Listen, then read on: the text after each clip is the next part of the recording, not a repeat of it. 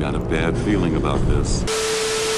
Indiana Jones and the Emperor's Tomb is a 2003 released action-adventure game developed by the Collective and published by LucasArts for Xbox, PC, and PlayStation 2. In the game you play as the fictional archaeologist portrayed in the original movies by Harrison Ford, who did not come back to voice the character, but the guy filling up for him did a reasonably good job filling in for the role. I'm gonna be a rich man if I ever get out of this alive. The story of the game is set in 1935, making it a prequel to Temple of Doom, which was set in the same year and so to the entire franchise. Meaning that if you die while playing the game, none of the original movies will ever get to happen outside of the flashbacks. While the game is showing its age in the graphical department, the gameplay has aged like the water that Indiana Jones drinks from his canteen to keep himself running while out of breath.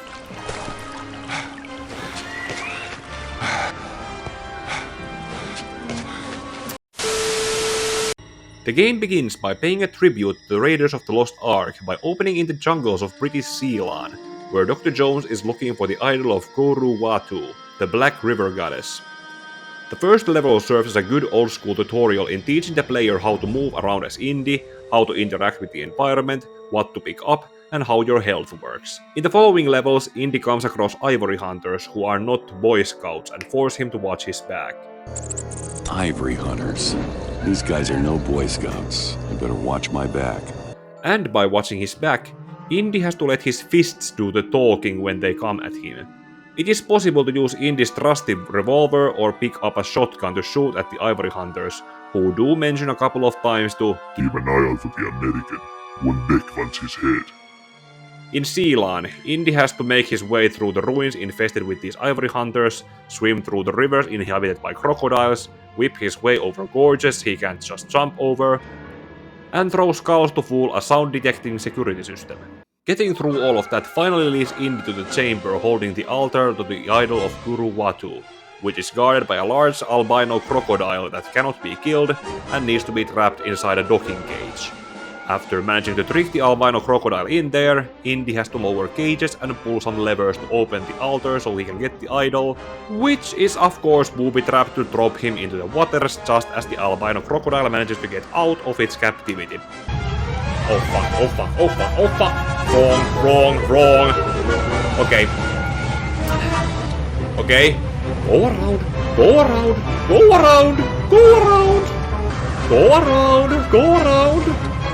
Go around.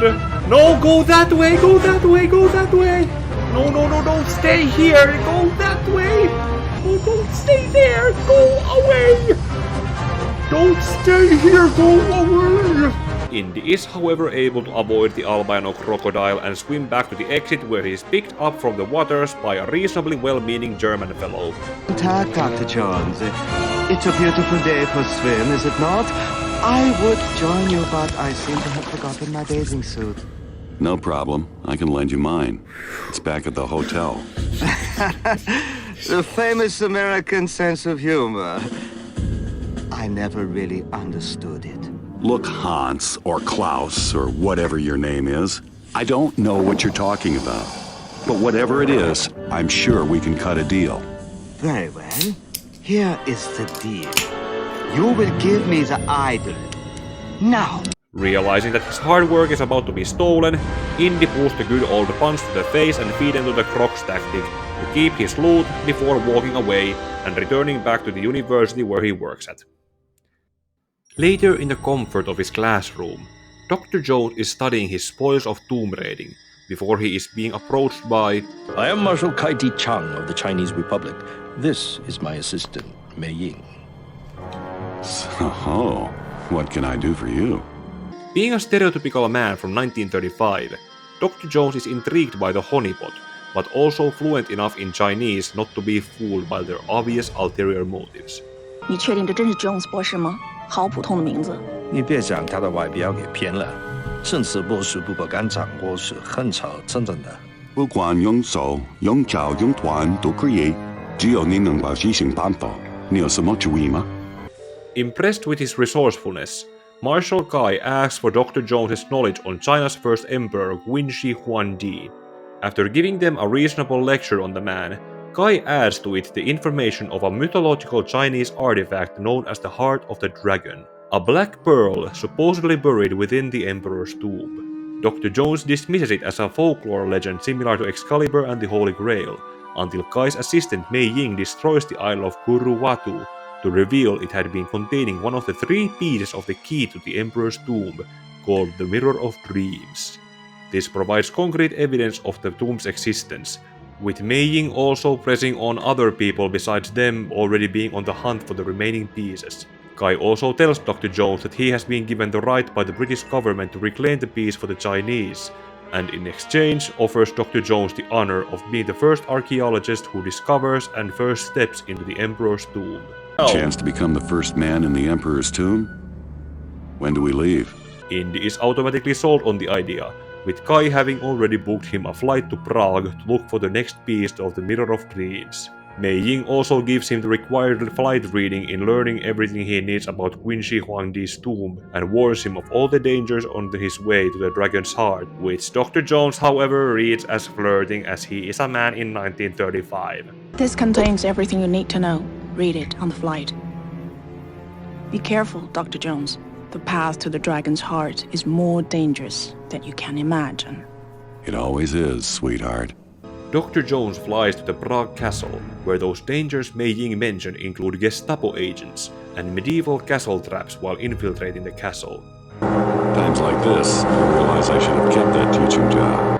Luckily, he has the right tools to blow his way inside a well and shoot every Nazi coming his way with a machine gun that won't be invented until 3 years later. Making his way through the castle library leads Indy to a basement puzzles chamber, where he is sent all around the castle again to pick up different artifacts from the armory, the observatory, and a separate location called the Vegas Tower. To get that last location, Indy has to use a flying contraption that probably still has Leonardo da Vinci's name on it. Getting a crown, a broken sword, a manifest, and a soul crystal gets Dr. Jones access to a testing chamber to have a boss fight against something that the game's Wikia page calls a homunculi. In order to defeat it, Indy has to throw small bottles of acid at it, until it throws a tantrum and gives him a proper melee weapon to kill it, and that is the second piece of the Mirror of Dreams recovered. Indy doesn't get to celebrate his recovery of the piece, however, as he is then ambushed by the Gestapo Colonel Albrecht von Beck. Can you hear me? Dr. Jones? What? No more jokes? You again? Wonderful. The same SS officer he threw to the albino crocodile and lived with only a scar on his face and one eye blinded. Indy is taken prisoner by the Nazis and brought with them to Istanbul, where the third piece of the Mirror of Dreams is supposed to be located. Mei Ying shows up to tell Dr. Jones, "I told you so," before moving on to releasing him from the Nazis' captivity and telling him to find the last piece of the Mirror of Dreams from the sunken city of Belisarius below Istanbul. She then leaves after telling Indy that she will be watching his progress from afar. Mei Ying could have provided Dr. Jones with his equipment upon releasing him, but the game's developers probably thought that it would have been too easy, and so Indy has to fight bare-handed against the Turkish mercenaries while doing so. Mei Ying also only shows up to help Indy once in this same level in one fight until he reaches the ruined mosque where the Nazis have set up their excavation site. I don't believe it. The Nazis have discovered the sunken palace of Belisarius. Von Beck must be smarter than he looks. There, Dr. Jones needs to use the crane to make a hole to the floor to be dropped onto. Now in the sunken city of Belisarius, Indy's next objective is to collect coins the size of frisbees to get into an amphitheater where the final piece of the Mirror of Dreams is protected by a boss that I was so traumatized to fight back on the 5th grade that this was my first time beating it. According to Wikia, this is not the first or the last time Dr. Jones has come across Kraken, so that would explain his lack of reaction to it and how he knows how to defeat it. By shooting at its eyes and the jellyfish babies to make it go away, and then blowing up the 4 pillars around it to make it stay away. After that, Indy just needs to stay in the water as it drains from the amphitheater, and Mei Ying joins him with congratulations when he picks up the last piece of the mirror. That was most impressive, Dr. Jones. Save it, sweetheart. I got what you wanted. Now tell me what's really going on here. Why didn't you and Kai warn me about the Nazis? Then they have the talk. Kaiti Chan is not just an officer in the army, he's also the head of the Black Dragon Triad, the most powerful criminal syndicate in China. He has formed a secret alliance with the Nazis to find the heart of the dragon. So I'm guessing you're not his secretary. I'm working undercover for the Chinese government, monitoring the Black Dragon Triad. I hoped to sabotage Kai's hunt for the heart myself, but then your intrusion complicated matters. How's that? Once you beat Von Beck to the first piece of the mirror, Kai saw his opportunity to double-cross the Nazis and keep the heart for himself. He's as mad as the Nazis. That's why we must enter the tomb and remove the heart before Kai or the Nazis get there. Having been told everything about Kai's true motivations behind the heart of the dragon, Dr. Jones and Mei Ying fly to the British Hong Kong to reenact the opening of the Temple of Doom. Have I mentioned how absolutely stunning you look in that dress? It's the third time you've mentioned it, Dr. Jones. Let's stick to business, shall we? So, where's your smuggler friend? Wuhan's helped me several times. He'll be here. And he'll take us to Kai's fortress? Yes, where we'll find the mirror pieces and the Pa Cheng. The Pa what? You'll need more than your gun once you're inside Chen's tomb. There are things worse than Nazis. Wonderful. Something's not right. Wait here. After Mei Ying leaves, Dr. Jones notices Kai in a very head-turning company, and then Mei Ying is under attack from the Triads. The first two stages in Hong Kong then required to have this Western man go fisticuffs against Eastern Triads, who are more than likely trained in various martial arts that should make them overpower Indy. But that doesn't stop Dr. Jones from going all around the Opera House in trying to reach Mei Ying, who unfortunately is thrown into the back of a car, which leads to Indy meeting someone who will be his friend until the Temple of Doom happens. Dr. Jones, I presume. Yeah, who the hell are you? My name is Wuhan. I'm here to meet Mei Ying. Good service here. That's not a waiter. Wuhan's an old friend. Game's not over, Lao. You on many adventures into the great unknown mystery. I go first, Indy. Thanks to having a fixed death date in the future, Wuhan has the plot armor and stamina to run after the car while pulling Dr. Jones in a rickshaw behind him, while Indy uses his unlimited ammo machine gun to keep the Triads and Gestapos from killing them. They unfortunately get to the docks too late as Mei Ying is taken captive by Hervon Beck on a Nazi submarine, which according to Wuhan is headed to the Penglai Island on the East China Sea. As it was originally planned by Mei Ying, Dr. Jones takes Wuhan's boat to get a ride there. At the location, Wuhan suggests Dr. Jones use the gondola station in the middle of the Nazi submarine base to reach Mei Ying and rescue her from Kai's Black Dragon fortress. In the meanwhile, he will wait for them as the getaway driver. And at this point, I really need to tell you that this point of the game here in Penglai is, if not the worst part of the game, then it's the most challenging, frustrating, dragged out, boring, and voi herra jumala mix part for gameplay and because the story just stops until you can get through it. First you need to blow up a wall to take a detour to this what is the point part of the base until you come back and use the crane to climb up to this entrance up here.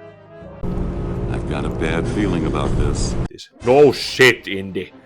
Then you need to get through multiple enemies who all have guns and can set off the alarm that causes flamethrower Nazis to spawn. They are not tough to kill, but they can cause significant amount of damage while you're stuck in a claustrophobic environment with no means to refill your canteen with water. That makes Indy dependent on full healing medkits that he can only carry 3 of, and because if he doesn't, then every time you die you're sent to the beginning of the stage and have to do everything all over again.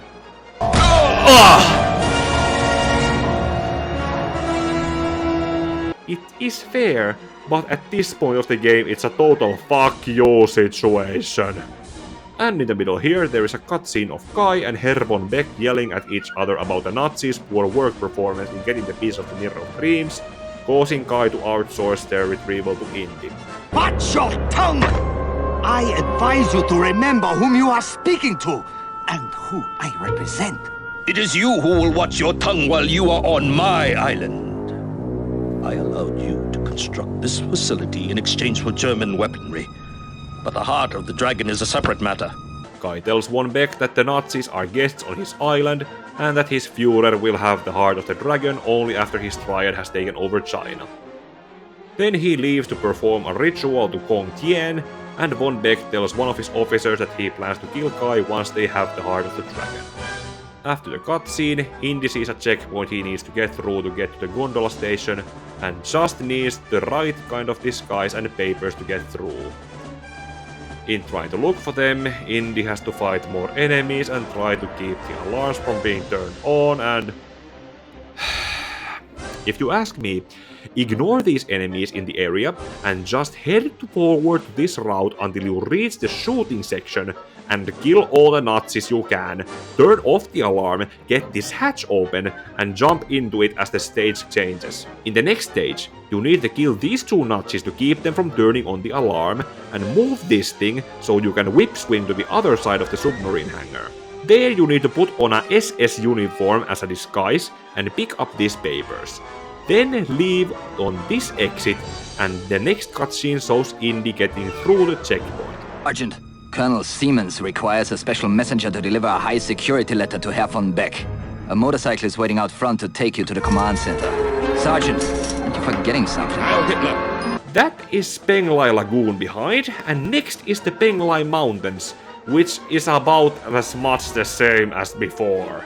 Use the time you have as an undercover SS officer to reach high up here, move this thing, and whip swing to the other side to reach the air ducts to the other side of the hangar.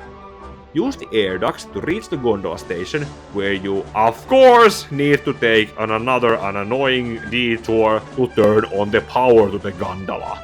After doing that, Indy ditches the SS uniform and has to travel on the gondola to the other side of the station, while jumping from his initial gondola to another gondola, and shoot down planes trying to shoot him, and this part of the game is obvious padding. After needing to do pretty much the same thing again in reaching the another gondola and riding on it, Indy finally reaches the Black Dragon Fortress, where he suspects he will be able to find Mei Ying. For some reason I can never understand, Indy also decided to leave his submachine gun, spear gun, and all the medikits he had at the gondola, and decided to move forward with just his whip, revolver, and canteen. Dr. Jones, are you trying to fail on purpose? In climbing through the walls of this mountain fortress, Indy has to fight some of the most durable and hard-hitting enemy guards, and adapt by taking drugs that give him the strength of a tiger. Luckily, there is a bigger canteen that carries more life-renewing water, and unlike the Nazi base, which by the way, in 1935 standards was the most modern base, you can refill your canteen here from the water faucets. Ultimately, Indy manages to make it to the chamber where Mei Ying is held, and told off by Kai for having betrayed him, for which she will be sacrificed to the demon Kong Tien. Indy moves in to try rescue Mei Ying from her cage, but is then distracted by... It's a shame we have to kill this one. He looks like fun. Business before pleasure, Mei Mei. The master wants his head on a stake. Nice fans. This twin boss fight proves something, that if women's kicks can do this, and their punches make you fly up like this, then that is your excuse to let your fists do the talking. After that non-traversy, Indy moves in to try rescue Mei Ying, but of course her cage is booby-trapped to make Indy fall below the fortress to the temple of Kong Tien. The first stage of this level is mostly a slide down to the temple, where after landing, Dr. Jones is confronted by possessed corpses of Kai's triad, who might as well be called zombies, who move and fight like tweakers high on crystal meth. By the way, I love their death cry.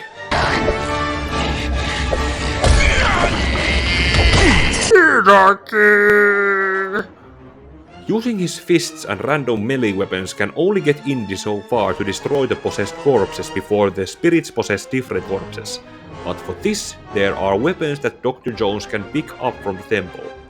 The first one is a blue torch, of which blue flame can burn them, and is needed to unlock The Dragon's Claw, Pa Cheng, the Demon Destroyer. I can't believe I'm saying this, but that sounds like exactly what I need right now. At this point, Dr. Jones has to light a bunch of lanterns around the temple and pass through trials he can only see with the light of the blue flame. After getting through these trials, Indy still has to solve a puzzle, and then Pa Cheng is his to use. With the Dragon's Claw, Dr. Jones can put restless spirits to rest and not possess any more corpses as he moves deeper into the temple. Eventually, he finds Kai performing a ritual to sacrifice Mei Ying to the demon Kong Tian to unite the three pieces of the Mirror of Dreams as whole. 航天，要主着天外之船，我们起龙站起来，就还你啦！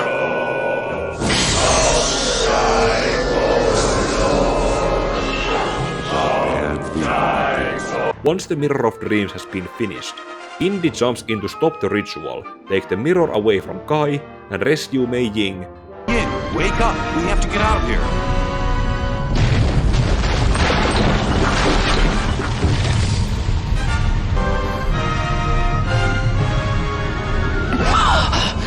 Who unfortunately at this point has been possessed by the demon Kong Tian and is the next pretty cool boss fight. What Indy pretty much needs to do here is destroy the evil spirits and avoid attacks to make Kong Tian vulnerable for attacks, and then destroy the source of his power at the hands of these dragons. Do that 3 times, and Mei Ying is released from the demon's control. Indy? Are you alright? Yes. Now that that thing is gone. Thanks to you. Now what? After escaping back to Wuhan's boat, Dr. Jones and Mei Ying next head to Xi'an, so they can finally enter the Emperor's tomb and get the heart of the dragon before Kai and the Nazis.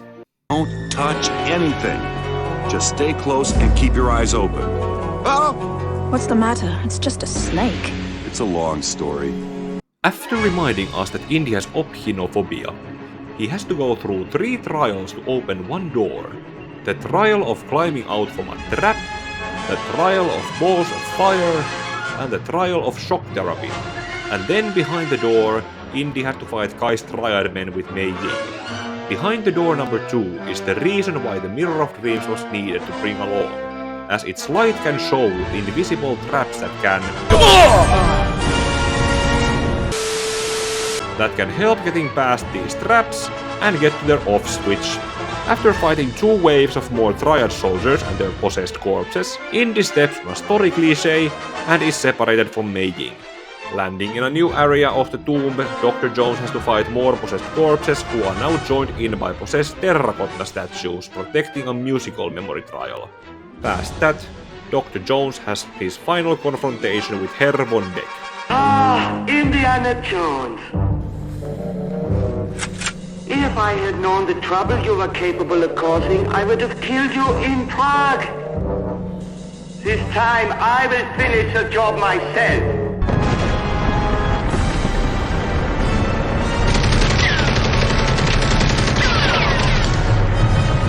Yes, run!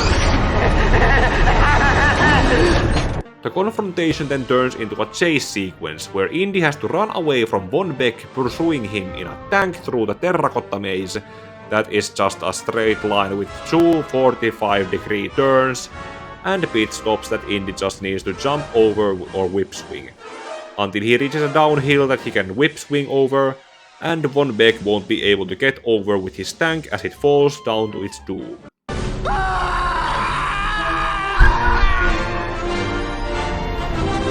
According to the Wikia, Herr von Beck was originally supposed to survive this bit and have a physical confrontation with Dr. Jones leading to his eventual demise, but that got cut along with another SS officer working with him.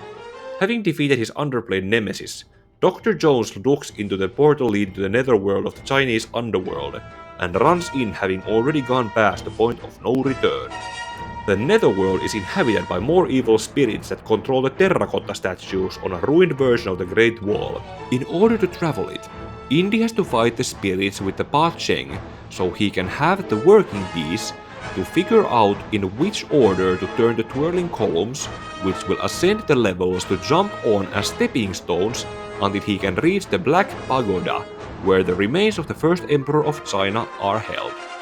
The last line of defense between Indy and Qin Shi Huangdi is an electrified stepping stone trial, after which, getting through, Dr. Jones is able to take the heart of the dragon off the Emperor's corpse, like a candy from a baby, and then... 正义回来了，这回我可要统治这个世界了！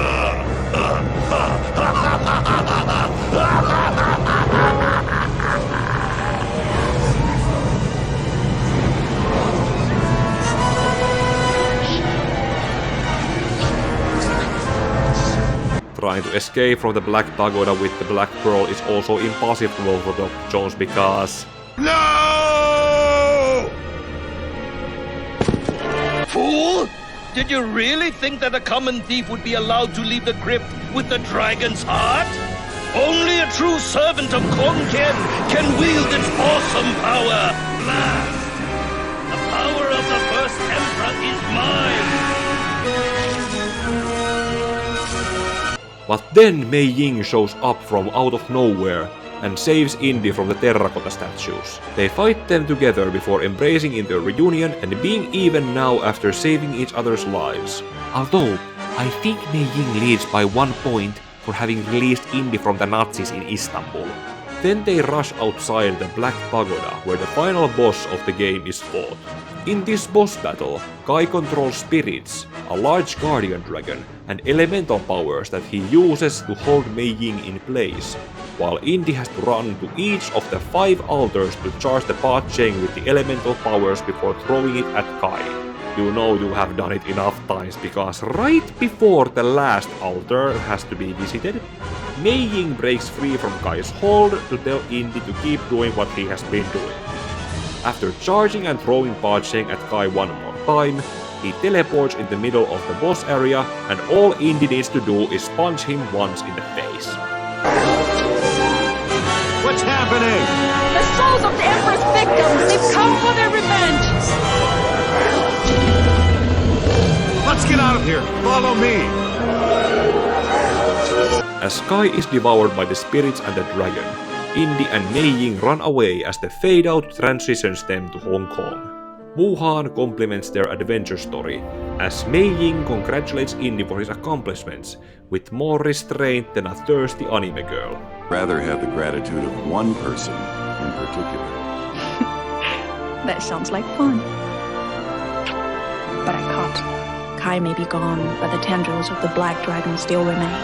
I have much work to do.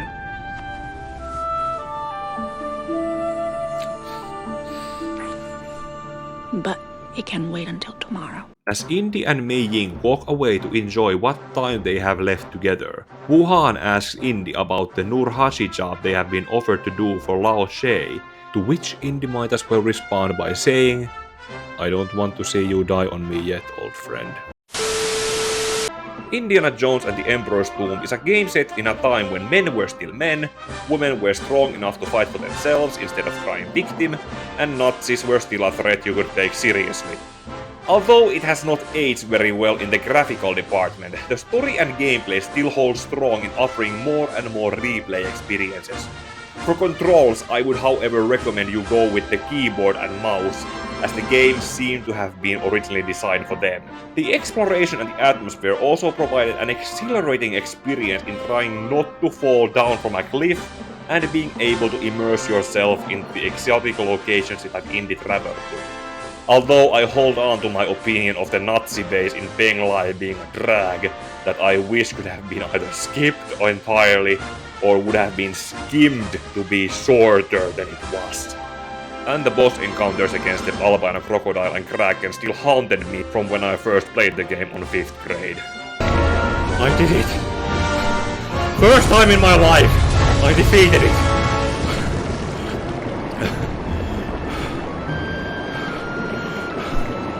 Also, when fighting the enemies, everyone was either as strong and durable as Indy was in the first few levels, but as the game progressed to China, where most martial arts famously originate from, that was where the real struggle began. The game also has collectible artifacts that I failed to find all during my initial playthrough, so I still have a reason to go back and play it. The performances for the characters were serviceable, with David Esch doing a pretty good Harrison Ford impression that I only managed to tell the difference of many years later after I initially played through the game. I would definitely recommend you try out playing Indiana Jones and the Emperor's Tomb, mostly for its current bargain price on Steam, and due to its specs being on the level of bare minimum on modern PCs. Juman kautta, I need to go watch these movies again now that I have played their prequel. Until the next video comes out, please remember to like this one, comment what you think about Indiana Jones, this game and the franchise down below, share this video for more like-minded people to see, and subscribe for more videos coming real soon. Also, ding the bell for a chance to chat with me on gameplay streams, and may your heart be your guiding key.